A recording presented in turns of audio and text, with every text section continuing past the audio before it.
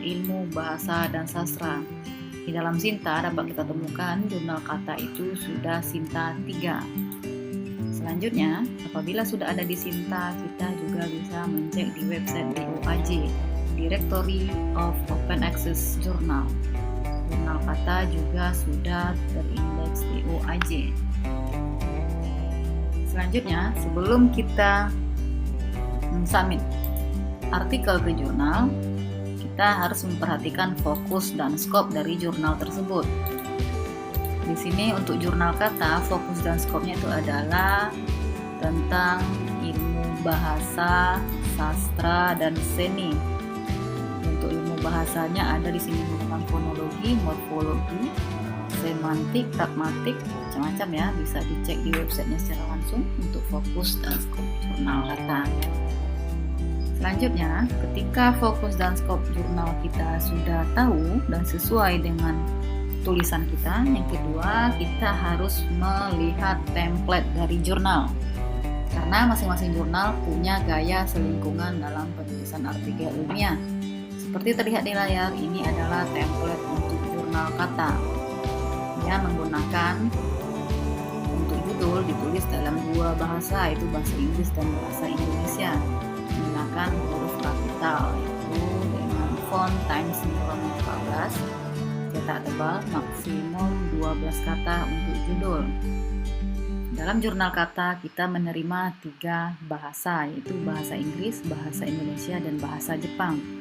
Ketika tulisannya ilmu bahasa Inggris, maka full paper bisa ditulis semuanya dalam bahasa Inggris.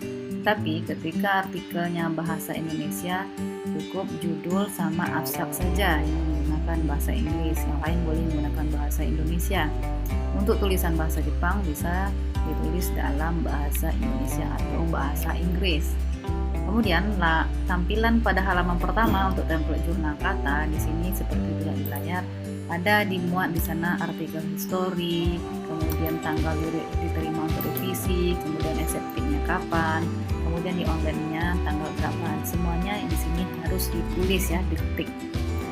Untuk tanggal bisa dikosongkan.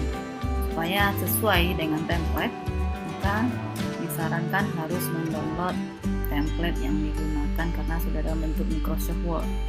Selanjutnya di dalam template ini untuk jurnal kata referensi harus menggunakan Mendeley. Ketika artikel sudah sesuai dengan format, namun referensi tidak menggunakan Mendeley sudah pasti di reject. Selanjutnya jika referensi sudah Mendeley namun pada template yang paling terlihat itu pada halaman pertama tidak sesuai juga akan di reject, maka harus disesuaikan betul sesuai dengan template yang diminta. Kemudian untuk daftar pustaka juga menggunakan referensi dari jurnal 5 tahun terakhir. Menggunakan referensi yang terbaru. Selanjutnya saya akan memberikan cara bagaimana mensubmit artikel. Ketika tulisan atau artikel kita sudah sesuai fokus dan skop, sudah sesuai template, maka sekarang langkah berikutnya adalah bagaimana mensubmit artikel. Di sini saya berikan contoh itu untuk jurnal kata. Nah, panduan penulis untuk submission online, file dari author dalam bentuk Microsoft Word yang sudah menggunakan tool manajemen untuk referensi ilmiah. Nanti di bagian akhir akan saya berikan tata cara menggunakan Mendeley serta tutorial secara langsung mulai dari menginstal Mendeley sampai menggunakan aplikasi Mendeley tersebut. Nah, ini dia tampilan dashboard salah satu contoh jurnal nasional yaitu terakreditasi Sinta 3 dari tahun 2019 sampai 2023. Jurnal kata ini diterbitkan oleh LLBT wilayah 10. Selanjutnya, setelah dibuka website jurnal kata, maka pertama penulis harus mengklik register pada link yang tertera di layar. Klik register di pojok atas, kemudian masukkan username, berikutnya masukkan password dan repeat password. Selanjutnya ketik validation sesuai yang tertera, kemudian masukkan nama depan, kemudian Kemudian masukkan nama belakang. Selanjutnya masukkan email dan konfirmasi email. Kemudian masukkan nomor handphone. Ini untuk memudahkan di dalam proses sebelum publikasi, karena terkadang notifikasi dari email tidak diterima oleh penulis. Kemudian masukkan country, yaitu kita di Indonesia, silakan isi Indonesia. Kemudian centang confirmation. Selanjutnya yang paling penting, centang register as reader dan author. Kebanyakan penulis banyak mengalami permasalahan mau mensubmit artikel, dia sudah register namun tidak ada new submissionnya, sehingga dia hanya sebagai reader saja. Karena ketika register, penulis lupa untuk mencentang autornya. Autor itu artinya penulis. Setelah dicentang baru diklik register paling kiri bawah.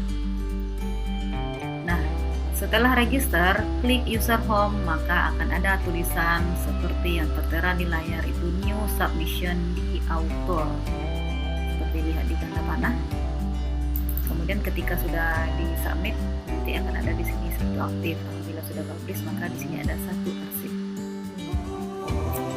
Oke, kita masuk kepada step 1, starting the submission. Mengirimkan atau submit artikel dengan cara klik submission dan checklist semua isian pada step 1. Sectionnya dipilih di sini, ada dari literature review, ada dari penelitian. Kemudian pada step 1 klik save and continue to step 2. Kita lanjut ya kepada step kedua. Pada step kedua, ini bagian uploading the submission. Step 2, silakan choose file full paper, artinya silakan pilih full paper yang sudah disesuaikan dengan template tadi. Kemudian pilih di sini choose file. Selanjutnya klik upload. Setelah terlampirkan atau attachment sudah ada, baru klik save and continue. Continue ke step berikutnya. Di sini harus memasukkan di step 2 ini harus memasukkan title and abstract. Silakan masukkan judul artikelnya apa, kemudian masukkan abstraknya, kemudian masukkan keyword kata kunci. Artinya di sini ada title tanda bintang, berarti kolom ini wajib diisi. Kalau tidak diisi maka tidak bisa disimpan. Abstrak juga tanda bintang, berarti wajib diisi sama dengan keyword. Selanjutnya referensi juga tanda bintang, wajib diisi ya. Masukkan referensi dan klik save and continue di pojok kiri bawah. Nanti kita masuk kepada step 4, uploading supplementary file. Artinya apakah kita akan mengupload ulang file kita atau ada revisi. Kalau seandainya tidak ada masalah, tidak ada masalah, karena sudah di step 2 kita sudah mengupload file. Jadi step 4 ini langsung kita klik save dan continue. Step 5 itu confirming the submission. Di step 5 confirming submission, kemudian kita klik finish submission. Di sini kita klik finish ya. Artinya kita sudah selesai men-submit artikel. Ketika kita sudah complete atau selesai men-upload full papernya, kita lihat di active submission, statusnya akan berubah menjadi awaiting assignment. Artinya kita menunggu artikel kita dicek atau diterima oleh editor jurnal kata. Nah, apabila artikel sudah diterima editor jurnal, maka status artikel menjadi in review, artinya sedang ditinjau oleh editor jurnal. Kemudian apabila artikel sudah direview dan penulis revisi dan upload kembali, maka statusnya akan menjadi editing. Nah, jika artikel sudah publish, maka berubah statusnya menjadi arsip seperti yang terlihat di layar. Ini dia tampilan apabila artikel kita sudah di-publish. Jadi proses untuk kita submit artikel sampai publish jurnal itu bisa kita cek sendiri baik user kita yang sudah diregister di website jurnal yang kita tuju. Jadi tidak perlu lagi kita bertemu person by personnya, namun semua dari sistem bisa kita cek prosesnya jelas. Di jurnal kata Setelah ini kita menggunakan waktu untuk artikel di review oleh reviewer itu selama 2 minggu. Jadi membutuhkan waktu cukup lama. Terkadang artikel di review oleh reviewer itu memang pas 2 minggu, atau bisa jadi ada yang cepat, itu bisa 1 minggu, kita prosesnya. Selanjutnya, di dalam menggunakan atau template jurnal kata yang di awal disampaikan tadi, kita harus menggunakan aplikasi Mendeley. Nah, sekarang saya akan lebih mendetailkan bagaimana cara dan apa itu Mendeley, sehingga nanti ada kaitannya dengan artikel yang disarankan sesuai template harus menggunakan Mendeley. Nah, di sini kita akan menjelaskan untuk aplikasi Mendeley-nya.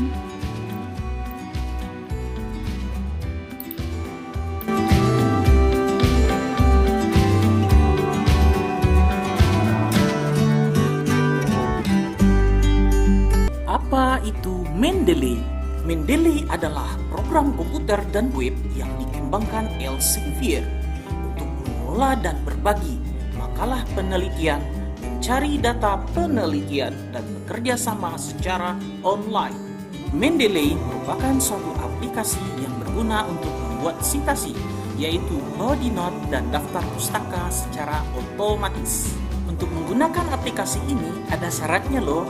Pertama, Anda harus memiliki email, boleh Gmail, boleh Yahoo, dan sebagainya. Yang kedua, daftar dulu di halaman www.mendeley.com. Gampang kok. Oke, mendaftar di Mendeley itu juga gampang. Anda tinggal untuk meng-create free account. Anda cari tombol free account.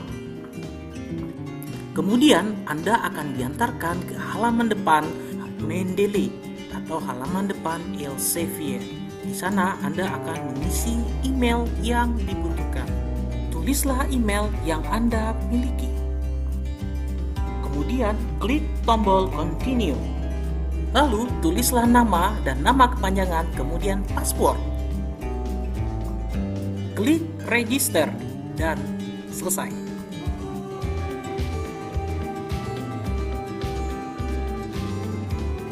Setelah itu tekan continue to Mendeley.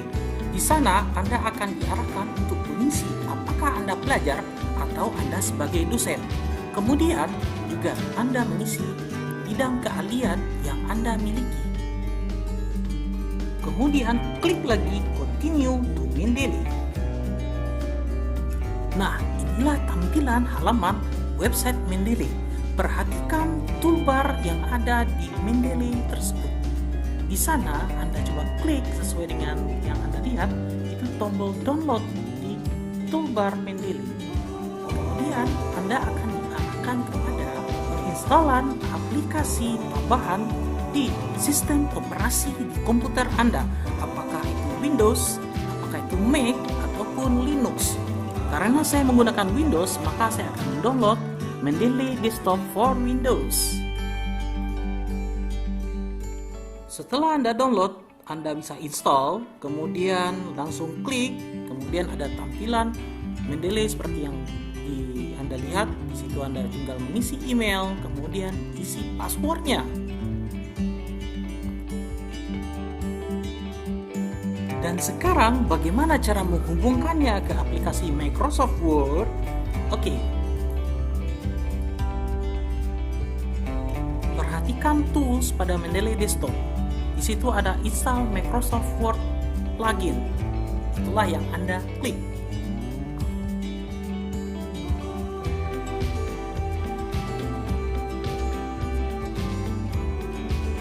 Teman-teman, lihatlah perbedaan sebelum dan sesudah menginstal Microsoft Word plugin.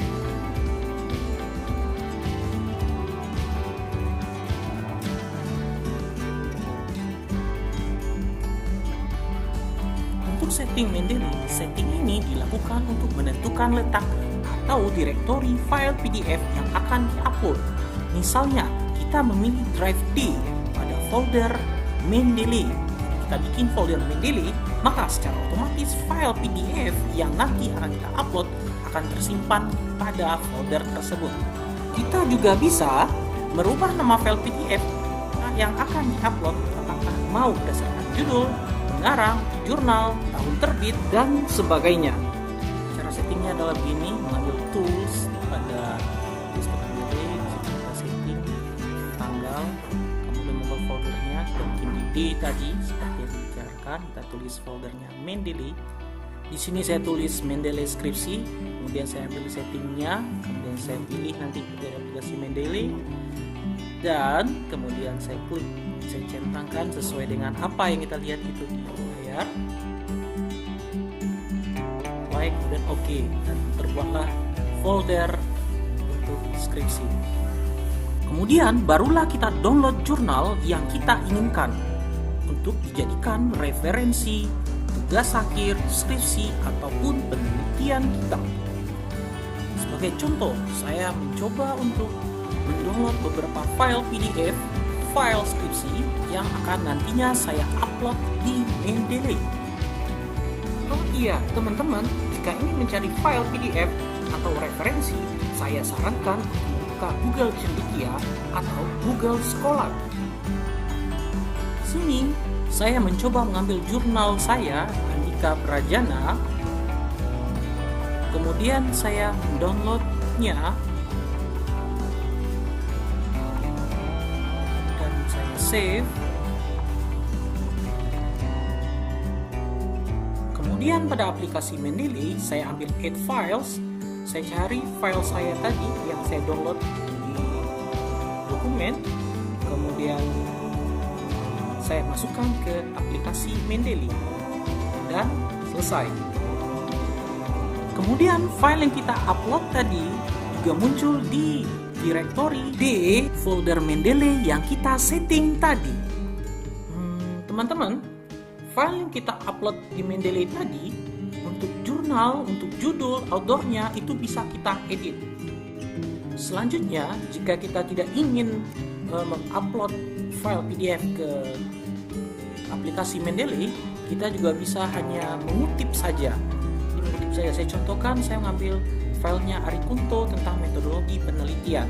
Setelah saya klik itu, kemudian saya klik Reference Manager, kemudian akan terdownload, dan setelah itu hasil downloadnya bisa saya langsung ke Add File, kemudian saya buka, dan tara, file Arikunto sudah masuk di Mendeley saya.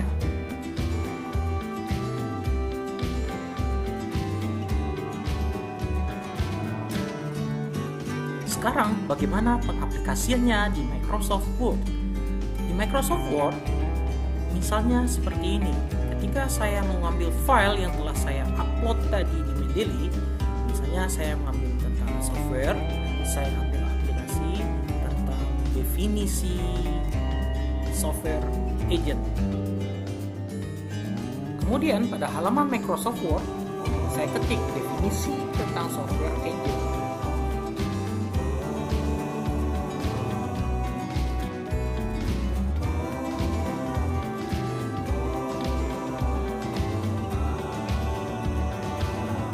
Ketika kita mengambil kutipan yang ada di definisi tersebut, kita tidak boleh copy paste.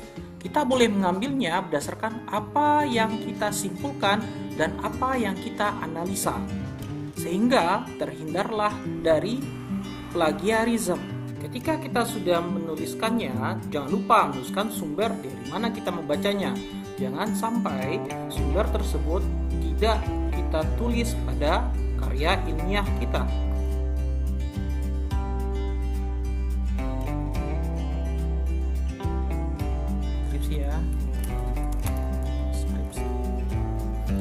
Software agent. Nah, kalau punyanya Uno tadi ya, Terwahono dengan Uno. Pertama, mari kita definisikan agent kamu selama proses definisikan the person being that acts capable of. Nah, di sini mereka menyimpulkan bahwasanya ada 2 poin yang bisa diambil.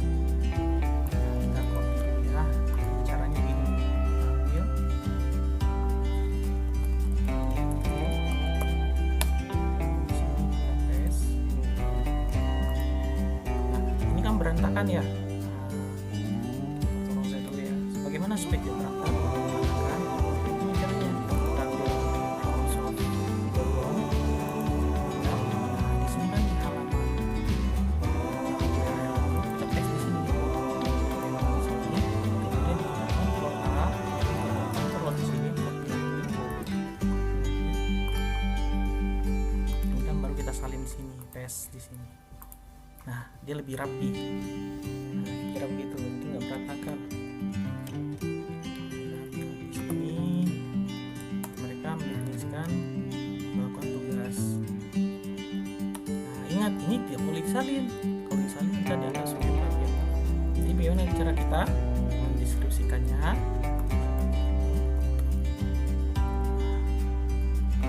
bagaimana cara peneliti menganalisa ini? Agen mempunyai kemampuan untuk melakukan satu tugas pekerjaan. Jadi definisi software agent yaitu suatu pekerjaan mana agent memiliki kemampuan berdasarkan. Nah, di sini kan dijelaskan agen melakukan suatu tugas pekerjaan dalam kapasitas tertentu dan untuk orang lain. Jadi bisa kita simpulkan suatu pekerjaan di mana agen memiliki kemampuan melakukan tugas berdasarkan kapasitas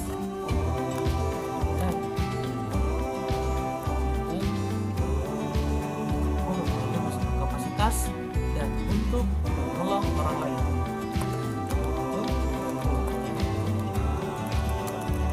Nah, lebih kurang begitu. Sedangkan dari sumber yang kita cari, kita menemukan definisi seperti ini. Sedangkan dari analisa kita bisa menganalisa seperti ini. Nah, tapi jangan lupa kita tuliskan citasinya dari mana. Nah, oke. Gimana caranya? Kita insert citasi.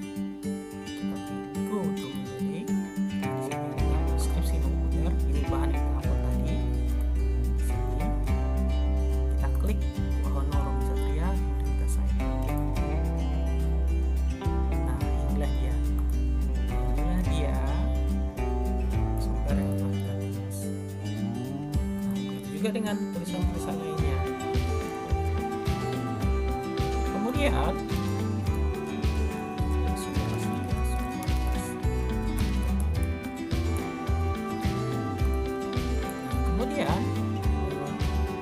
setelah titik ini style untuk citasi itu banyak contohnya ya. Dari citasi saya menggunakan style ini style namanya APA versi 6 atau American Psychological Association 6th edition. Ini APA 6. Nah, kalau di ilmu komputer ada pilihannya, ada menggunakan APA 6, ada menggunakan IEEE tergantung jurnal.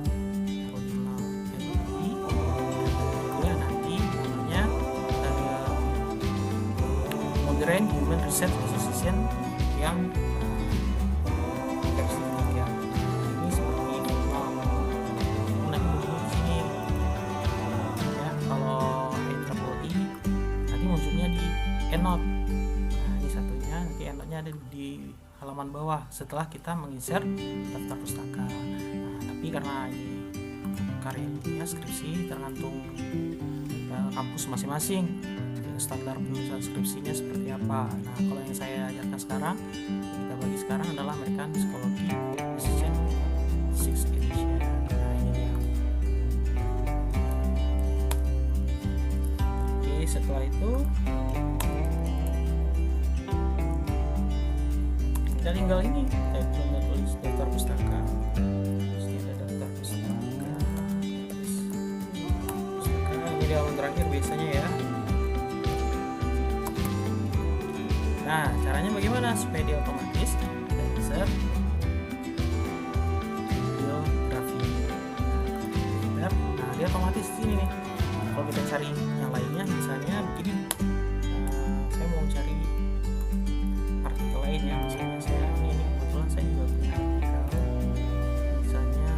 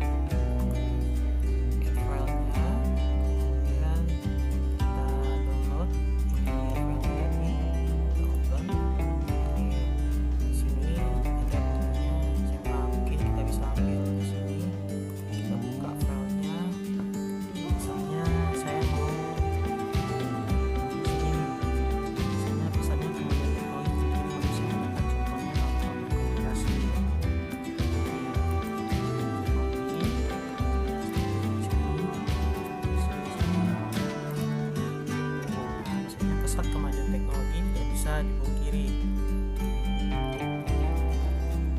Mungkin kita bisa ganti yang ini file asli, ini sumber asli. Ingat ya, paraphrase ya, ingat kita harus berasli, kita harus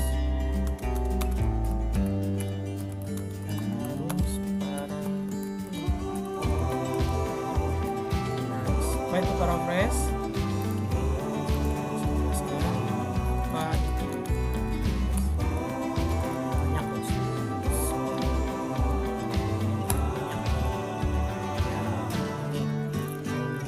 Ya, sebenarnya paraphrase itu istilah linguistik yang berarti mengungkapkan kembali suatu konsep dengan cara lain dalam bahasa yang sama, namun tidak mengubah maknanya.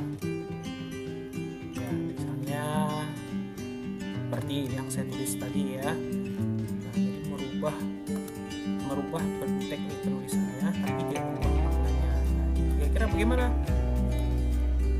kita nulisnya? Misalnya pesatnya kemajuan teknologi tidak bisa dipungkiri. Saya tambah ini. Teknologi yang berkembang sangat pesat, sehingga manusia terbuai dengan kecanggihannya. Salah satunya dalam hal melakukan interaksi dan komunikasi. Sumber aslinya ya, mana kita ambil sumber aslinya? Nah, jangan lupa kita sini di sini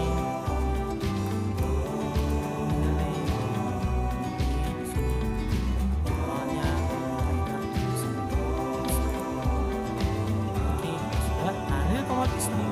Nah, ini dia. Jadi nilai ini cukup memudahkan kita ya. Oke, inilah sumber yang kita tulis. Mungkin kalau tidak ada filenya, misalnya begini nih.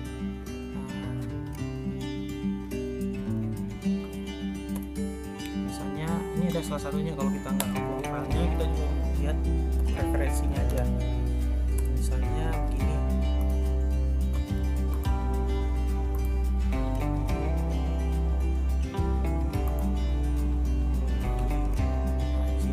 Di sini kita hanya ambil si Budiman, misalnya.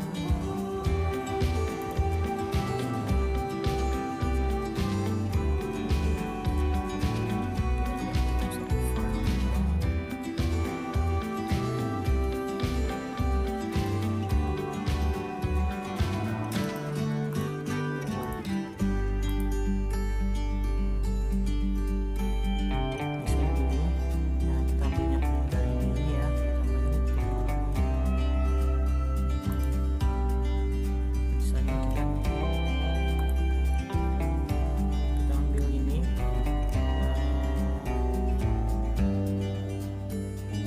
Kita harus beradaptasi untuk mengurangi polusi rawa dan pemakaian pelajaran.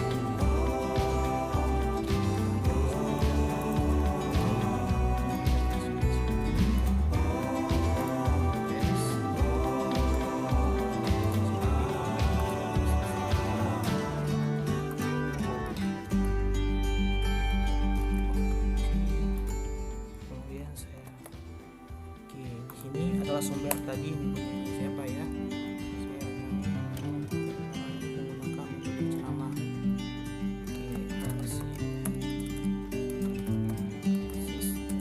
Pendidik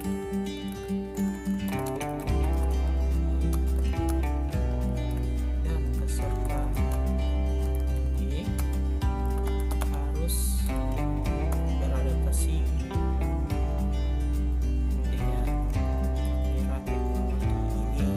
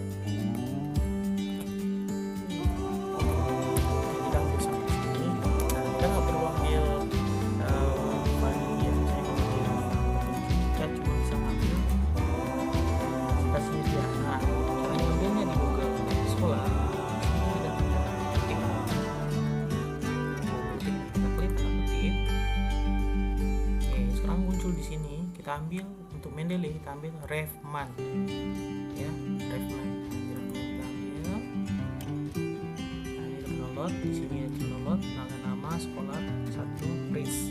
Jadi extensionnya adalah extension RIS. Nah, kemudian bagaimana cara kita mengimportnya? Cara importnya adalah ini, kita ambil add, kemudian ambil files. Di sini ada scholarnya kan. Nah, ini scholar. Open. Oke, nah di sini muncul dia. Nah ini tapi nggak ada ininya, file ya. Kita bisa ambil di sini. Di sini ya. Ini yang set ini kita bisa ambil. File dia saja. Oke.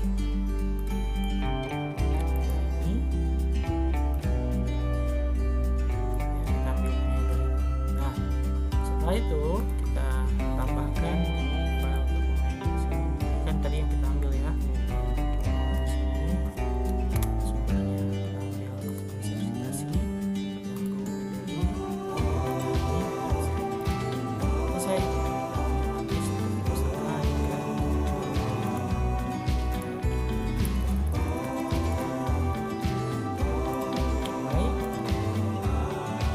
Demikianlah sedikit pemaparan dari saya, semoga bermanfaat dan bisa digunakan dalam kehidupan sehari-hari. Mohon maaf jika terdapat kekurangan dari penayangan ini.